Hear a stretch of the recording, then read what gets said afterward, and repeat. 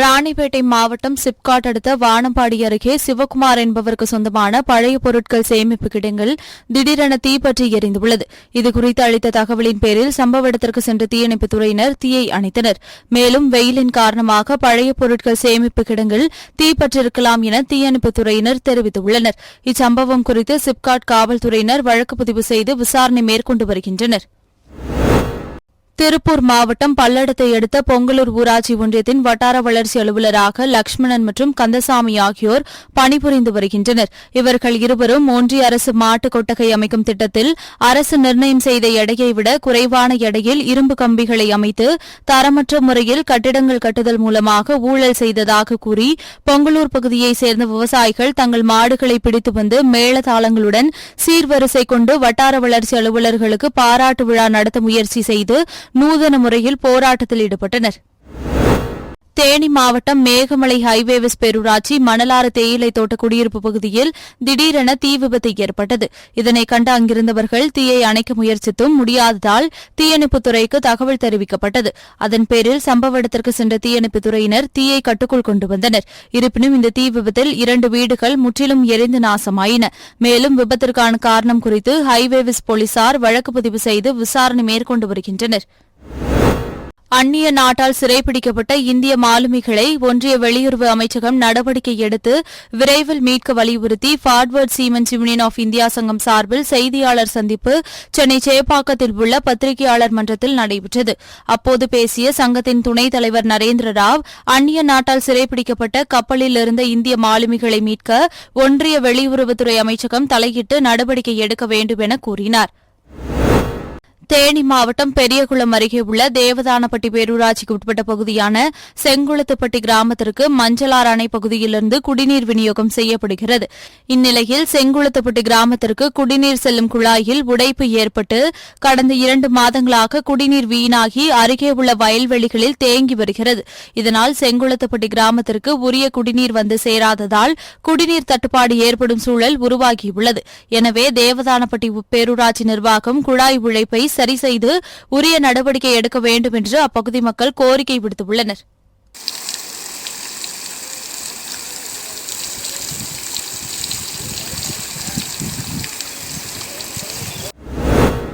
சேலம் மாவட்டம் வாழப்பாடி பகுதியில் விவசாய தோட்டங்களில் உள்ள தென்னை மரங்களை ஏற்றிக்கொண்டு டெம்போ ஓட்டுநர் வேல்முருகன் நெய்வேலிக்கு சென்று கொண்டிருந்தார்.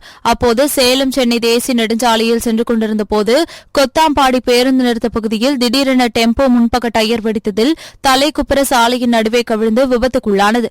இதனை கண்ட அப்பகுதியில் இருந்த பொதுமக்கள் டெம்போவில் சிக்கியிருந்த ஓட்டுநரை மீட்டு மேலும் விபத்து குறித்து ஆத்தூர் ஊரக போலீசார் விசாரணை மேற்கொண்டு வருகின்றனர். இந்நிலையில் இந்த விபத்து தொடர்பான பதப்பதைக்க வைக்கும் சிசிடிவி காட்சி வெளியாகியுள்ளது. செங்கல்பட்டு மாவட்டம் மறைமலை நகர் அடுத்த திருக்கச்சூர் பகுதியில் வசித்து வருபவர் கார்த்திகேயன். இவரது மகள் சாமினி தனியார் பள்ளியில் 4ஆம் வகுப்பு படித்து வருகிறார். இந்நிலையில் இச்சிறுமி உலக பூமி தினத்தையொட்டி சுற்றுச்சூழல் பாதுகாப்பின் முக்கியத்துவத்தை உணர்த்தும் வகையில் விழிப்புணர்வு பதாகைகளுடன் 1 கிலோமீட்டர் தூரம் நடந்து சென்று அவரது வீட்டில் செடி நட்டு விழிப்புணர்வு ஏற்படுத்தினார். 9 வயது சிறுமியின் இந்த செயலை பொதுமக்களும் சமூக ஆர்வலர்களும் வெகுவாக பாராட்டி வருகின்றனர். நாடாளுமன்ற தேர்தலின் போது மயிலாடுதுறை மாவட்டம் தரங்கம்பாடி தாலுகா ஆயப்பாடி ஊராட்சி ஒன்றிய தொடக்கப்பள்ளியில் அமைக்கப்பட்டிருந்த வாக்குச்சாவடியில் திருக்காளாச்சேரி மேலத்தெருவை சேர்ந்த சந்திரசேகர் என்பவர் திமுக முகவராக பணியாற்றியுள்ளார். இதனை அறிந்த அதிமுக வேட்பாளர் பாபுவின் தந்தையும் அக்கட்சியின் மாவட்ட செயலாளருமான பவுன்ராஜ் திமுகவுக்கு ஆதரவாக எப்படி வாக்கு சேகரிக்கலாம் என கூறி தன்னை தாக்கியதுடன் கொலை மிரட்டல் விடுத்ததாக கூறி திமுக முகவர் சந்திரசேகர் பொறையார் காவல் நிலையத்தில் புகார் அளித்தார். மேலும் தன்னை அதிமுக மாவட்ட செயலாளர் பவுன்ராஜ் தாக்க முயற்பட்டதாக சமூக வலைதளங்களில் வீடியோ பதிவிட்டிருந்தார். புகாரின் பேரில் விசாரணை செய்த போலீசார் அதிமுக மாவட்ட செயலாளர் பவுன்ராஜ் மீது 4 சட்டப்பிரிவுகளில் வழக்கு பதிவு செய்துள்ளனர். புதுக்கோட்டை நகர் பகுதியில் ஆவின் பால் கடும் தட்டுப்பாடு ஏற்பட்டுள்ளதால் சரியான நேரத்தில் பால் விநியோகம் செய்யாததால் மக்களுக்கு சிரமம் ஏற்பட்டுள்ளதாக செய்தி வெளியானது. இதனையடுத்து ஆவின் நிர்வாகம் அவசரமாக நடமாடும் கால்நடை மருத்துவ வாகனம் மூலம் அந்தந்த பால் பூத்களுக்கு ஆவின் பாலை விநியோகம் செய்தது.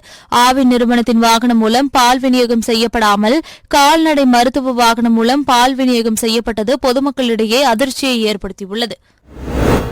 தூத்துக்குடி மாவட்டம் கோவில்பட்டி அனைத்து மகளிர் காவல் நிலையத்தில் பணிபுரிபவர் பழனியம்மாள். இதேபோன்று கோவில்பட்டி மேற்கு காவல் நிலையத்தில் காவலராக பணிபுரிபவர் அனுஷியா. இருவருக்கும் தூத்துக்குடி வஉசி அரசு பொறியியல் கல்லூரியில் அமைந்துள்ள வாக்கு எண்ணும் மையத்தில் பாதுகாப்பு பணி போடப்பட்டுள்ளது. இதற்காக இருவரும் கோவில்பட்டியிலிருந்து இருசக்கர வாகனத்தில் சென்றுள்ளனர். அப்போது தூத்துக்குடி மதுரை 4 வழி சாலையில் அமைந்துள்ள ஜெகவீரபாண்டியபுரம் அருகே வரும்போது முன்னால் சென்ற தண்ணி லாரி மீது மோதியது. இதில் இருவரும் நிலை தடுமாறி கீழே விழுந்ததில் இருவருக்கும் பலத்த காயம் ஏற்பட்டது. இதனைத் தொடர்ந்து 2 பெண் காவலர்களும் மீட்கப்பட்டு தூத்துக்குடி அரசு மருத்துவக் கல்லூரி மருத்துவமனைக்கு அனுப்பி வைக்கப்பட்டனர்.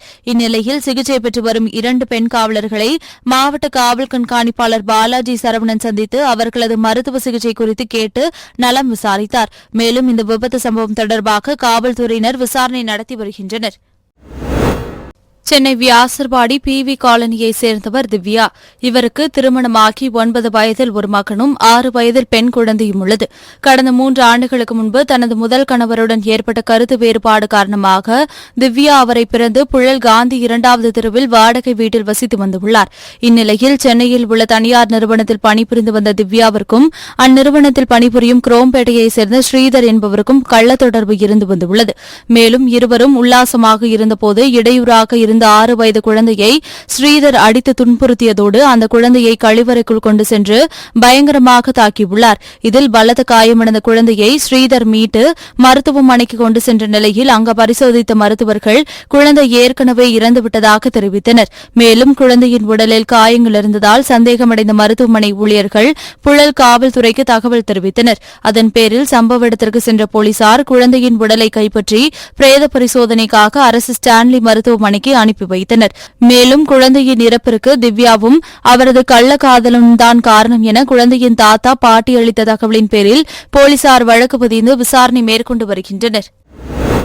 திண்டுக்கல் மாவட்டம் கொடைக்கானல் கீழ்மலை கிராமங்களான பள்ளங்கி, வில்பட்டி, அட்டுவம்பட்டி உள்ளிட்ட பல்வேறு பகுதிகளில் கடந்த சில வருடங்களுக்கு முன்பாக பிளம்ஸ் பழங்கள் விவசாயம் அதிகம் மேற்கொண்டு வந்தனர்.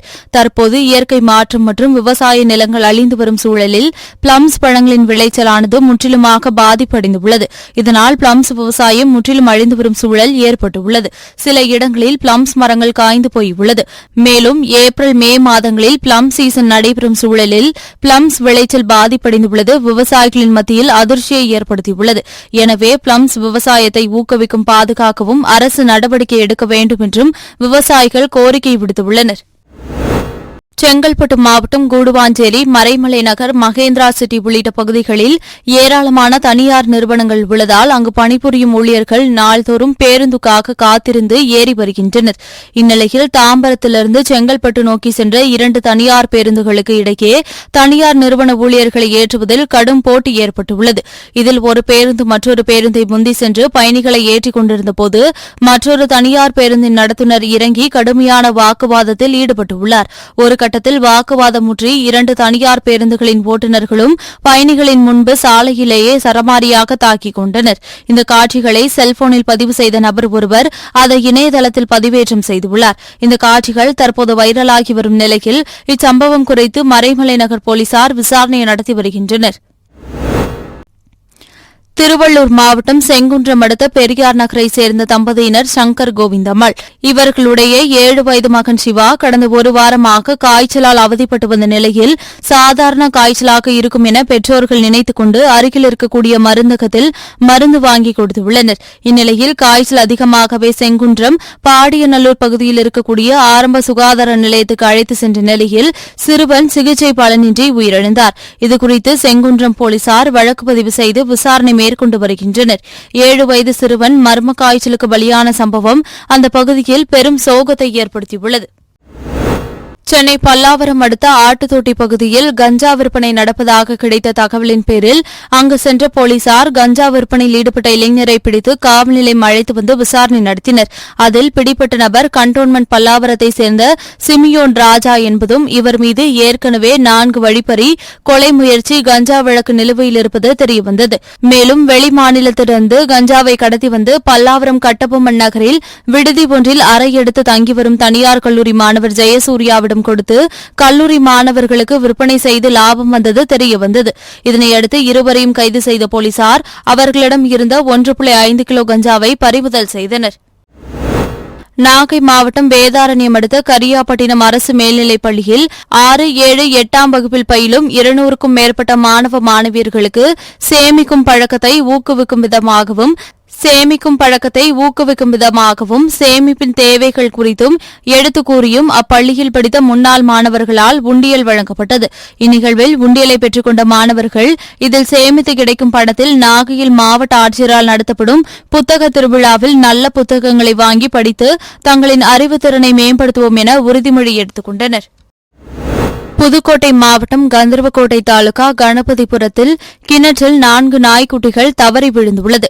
இதனை கண்ட அதேபூரை சேர்ந்த ராஜ்குமார் என்பவர் தீயணைப்புத் துறைக்கு தகவல் தெரிவித்தார். அதன் பேரில் கந்தர்வக்கோட்டை தீயணைப்பு மீட்பு பணி வீரர்கள் சம்பவ இடத்திற்கு சென்று 40 அடி ஆழம் கொண்ட தண்ணீரற்ற கிணற்றிலிருந்து 4 நாய்க்குட்டிகளையும் மீட்டனர்.